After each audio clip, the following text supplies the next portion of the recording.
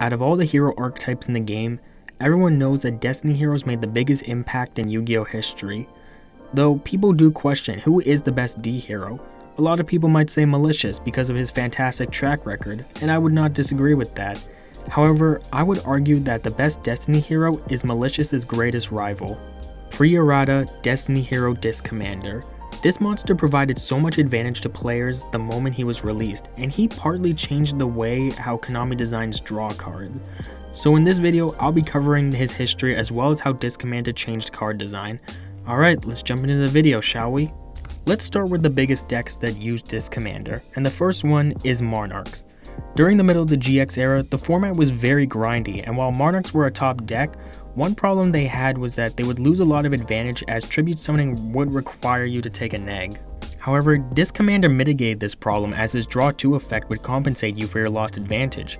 Just look at John Jensen's Perfect Circle Monarch deck that topped Shonen Jump Durham as an example.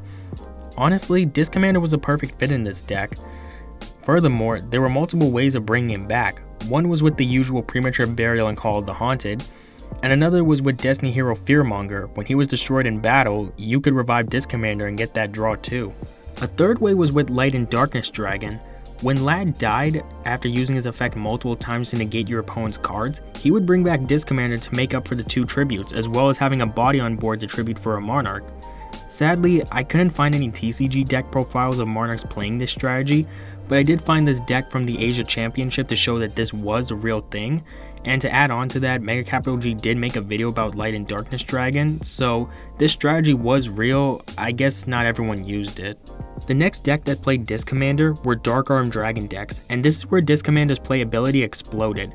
One huge reason was the unbanning of Monster Reborn. With it, you now had two ways of bringing back Disc Commander on your turn. Another reason was how fast-paced the game became because of Phantom Darkness. You can OTK your opponents like how Sword Soul do in today's current game, and Disc Commander helped you dig deeper into your deck to gather the pieces you needed. People even played a card called Limit Reverse, a card only made to bring back monsters with 1000 or less attack, and who would usually be the best target? Disc Commander, of course. Now, there are some things I want to mention here, and it's how versatile Disc Commander was.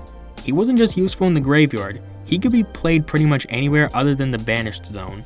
If he was in your hand, you could discard him for Destiny Draw in case you didn't have Malicious, or if he was on the field, you could tribute him for Crush Card Virus, and this is what made him better than Mali at times, as he wasn't really much of a brick.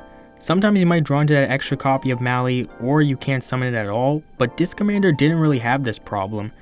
Destiny Draw and Crush Card made it so that Disc Commander could be useful outside of the graveyard.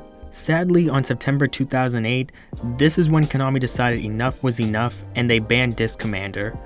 And to make it worse, on October 2018, they errated the card by putting some very harsh restrictions on it. However, I do want to say something about the errata. Although it made the card unplayable in other decks, surprisingly, Disc Commander is still playable within Destiny heroes themselves. This is thanks to the release of Fusion Destiny and Dominance in the 2019 set Dark Neo Storm. Fusion Destiny made it easy to get Disc Commander into the graveyard, then when Dominance dies, he would bring back Disc Commander alongside two other D heroes, and Disc Commander does his usual draw too, giving you more cards for a follow-up turn. And when you think about it, this almost sounds like the play with Light and Darkness Dragon. Maybe Konami took inspiration from that? To add on to this, Destiny heroes would also receive Dr. D and Brothers of Legend, as well as destroy Phoenix Enforcer and Burst of Destiny. But with this one, you could hypothetically revive Disc Commander, and I do mean hypothetically. Maybe if your Destroy Phoenix got DD Crowed and you got nothing better in your graveyard, you could bring back Disc Commander? Now, I know a lot of people are going to say, oh shut up Dark Emperor, Disc Commander is still unplayable, we don't want to run that card in our D hero builds. I understand, but this was something I wanted to mention, and it's kind of cool that despite the harsh errata, Disc Commander could still be played in D heroes themselves. Alright, now that you know how both versions of Disc Commander were played, or could be played with the errata, let's talk about how he changed card design. So, when it comes to how Disc Commander changed card design, we do need to talk about drawing cards in Yu-Gi-Oh! We all know that drawing cards is one of the best effects in the game, and what Disc Commander showed is that when you have a draw effect on a monster, things can get out of hand, as the biggest problem with Disc Commander is that you could pretty much use his effect every turn. as long as you had a way to revive him, which people did.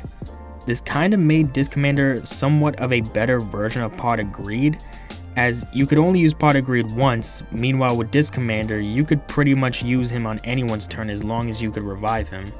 So to put it in short, Disc Commander ultimately changed the way Konami designs monsters with draw effects, as these days when Konami gives the monster the ability to draw cards, it either has a cost or restriction on it, but most importantly today, it would have a once per turn. This even goes far back into the 5Ds era, even though once per turns wasn't really much of a thing. Back then, Konami still restricted these draw monsters in some sort of way by giving them a heavy cost. Look at Fortune Lady of Water as an example. Although she doesn't have a once per turn, she does have the cost of having another Fortune Lady besides herself on the field to draw 2. Another example is Tech Genius Hyper Librarian, and I know this card got limited twice, but he still has the cost where you have to synchro summon first, as well as being face up on the field to resolve his effect. You basically had to build your entire deck around being able to use Hyper Librarian's effect multiple times, but with Disc Commander you didn't really have this problem. So they may not have put once per turns on cards like them, but they still tried to restrict them in some sort of capacity. Lastly, to prove my point that Konami puts some sort of restrictions on monsters with draw effects, there was a card from the Virtual World arc of the DM anime called Hyperia, and when this monster is summoned, it lets you draw 1 card. This is kind of a better version of Disc Commander, as it doesn't matter how the card was summoned. However, as I said before, when Konami brought this card into real life, they gave it a hard once per turn because if they didn't, someone would have found a way to loop this card and draw their entire deck. I do believe that if this card was released in the DM era the way it was in the anime, people would have found a way to break it as they did with Disc Commander, since you had many good cards to summon it, like maybe Monster Reborn, Dimension Fusion, or Last Will, or anything like that. All I know is that this card could have been abused the same way as Disc Commander, if not more, if he had his anime effect, and if he was released in the DM era. Looking back, Disc Commander was one hell of a crazy card. People were really willing to do whatever it takes to get that nice draw too, and if he wasn't banned in 2008, I feel like he would have seen play forever, especially once we got things like Soul Charge in the game. Also, if it wasn't for Disc Commander, then a lot of monsters that let you draw cards probably would have ended up banned alongside him, so it was kind of a good thing that he taught Konami to put more restrictions on these monsters with draw effects. Well, we reached the end of my video. I hope you guys enjoyed this, and I hope you will subscribe for more. One more thing I want to mention is that I created my own Twitter and Instagram, and I'll be posting updates to when my next videos will be coming out on there. Links to those will be in the description below. Anyways, have a good day, folks.